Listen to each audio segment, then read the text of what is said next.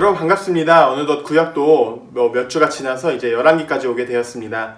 열왕기를 배우기에 앞서서 우리 함께 이런 좀 고민을 해봤으면 좋겠습니다. 우리가 역사를 배우는 목적이 무엇일까요? 조지 산티아나는 과거를 잃어버린 자는 또다시 그것을 반복한다 라고 이야기를 했습니다. 결국 우리가 역사를 배우는 목적은 과거에 있는 교훈을 토대로 지금보다 조금 더 나은 삶을 살기 위함이겠죠. 그런데 우리는 물론 똑같은 실수를 반복해서 그 역사를 반복하기도 합니다. 열왕기는 과거의 역사를 돌아보면서 우리가 다시 실수하지 말자라고 해서 만들어진 책입니다. 그래서 책을 읽는 독자가 정해져 있어요. 독자는 이스라엘 포로기의 사람들이에요. 그러니까 이미 실패한 사람들입니다. 이 실패한 사람들에게 왜 책을 썼을까요? 열왕기는 기본적으로 이런 질문을 가지고 바라봐야 합니다. 이스라엘 백성들이 과연 실패했는가?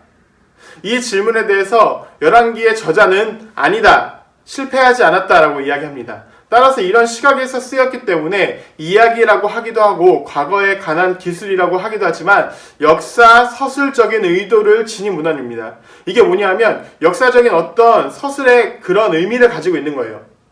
다윗이 죽은 후에 솔로몬이 왕위에 오른 뒤부터 유다 이스라엘이 아수르와 바벨론에 의해서 멸망당한 역사를 기록하고 있는데요. 이 기록이 어떠한 관점에 의해서 쓰였다는 거죠.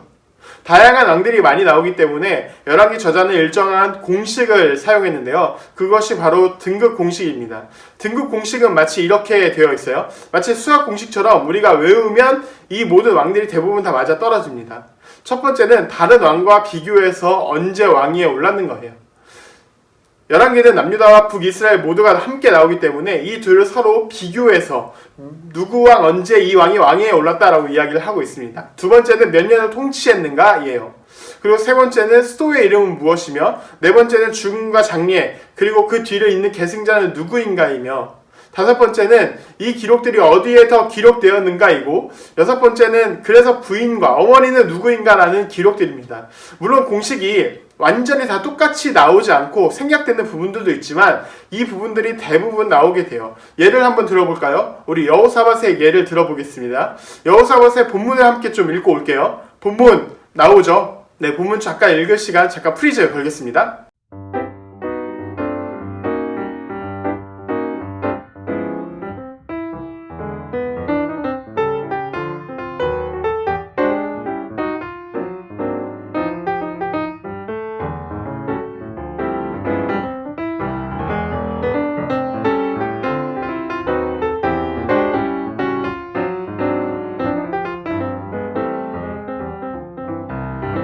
네, 같이 읽어보고 오셨나요? 여기서 등급 공식에서 좀 넣어볼까요? 첫 번째 등급 공식 뭐죠?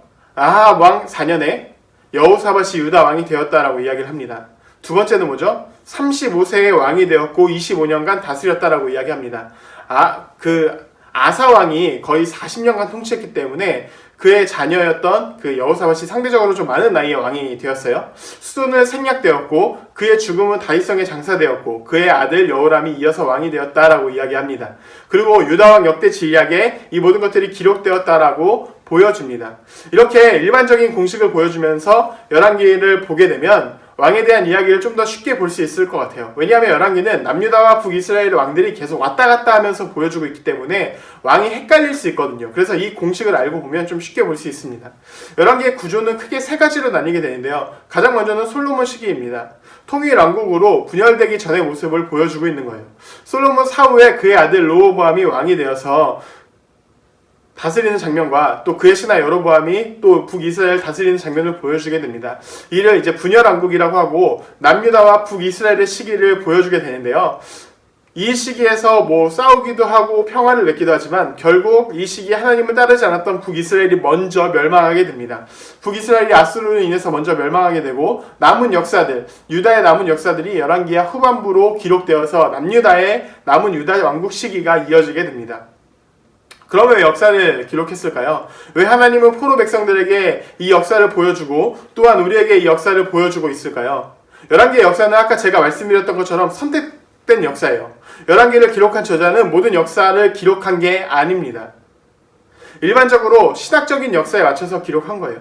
그러니까 정치, 경제적으로 굉장히 훌륭한 왕인데 신학적으로는 완전 별로인 왕이 기록되면 안 좋게 부정적으로 기록되었다는 거예요. 왕이 직접 하나님의 말씀을 보지 않고 왕이 직접 그 하나님의 말씀을 따르지 않았기 때문에 신학적으로 악한 왕이다라고 이야기를 한 것입니다. 물론 이 신학적으로 악한 왕 때 하나님의 말씀을 보지 않았기 때문에 선지자를 통해서 하나님께 말씀하시기는 했어요. 징계를 하시기도 했고 돌아오는 왕에게 회복을 하시기도 했습니다.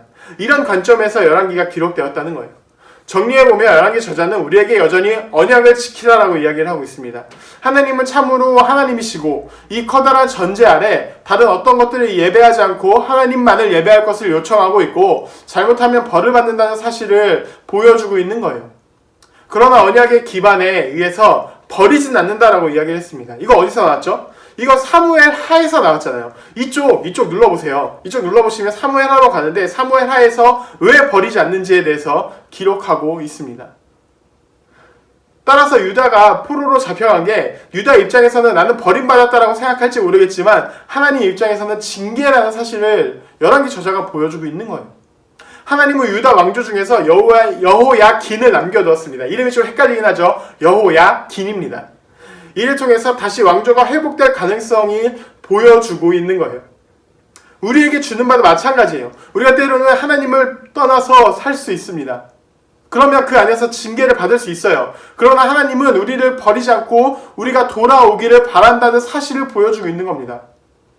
신기한 건 성경에서 솔로몬이 성전에 예배를 드리잖아요. 성전에 예배를 드릴 때 영원히 버리지 않겠다가 아니라 만일 너희가 따르면 내가 영원히 버리지 않겠다라고 이야기를 하는 거예요. 반대로 만일 너희가 돌아오면 내가 그것을 다시 돌아보겠다라고 이야기를 하고 있는 것입니다. 여전히 하나님께서 우리를 돌아오게 기다리고 있다는 사실을 우리에게 말해주고 있다는 것입니다. 지금 혹시 우리가 하나님과 멀어져 있진 않습니까? 지금 혹시 우리가 하나님을 떠나서 죄를 짓고 있진 않습니까?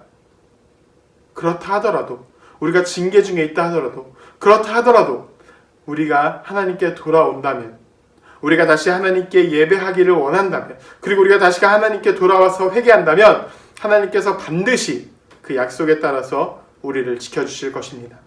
지금 우리는 어디에 있습니까? 하나님과 가까이 있습니까? 아니면 하나님과 멀리 있습니까?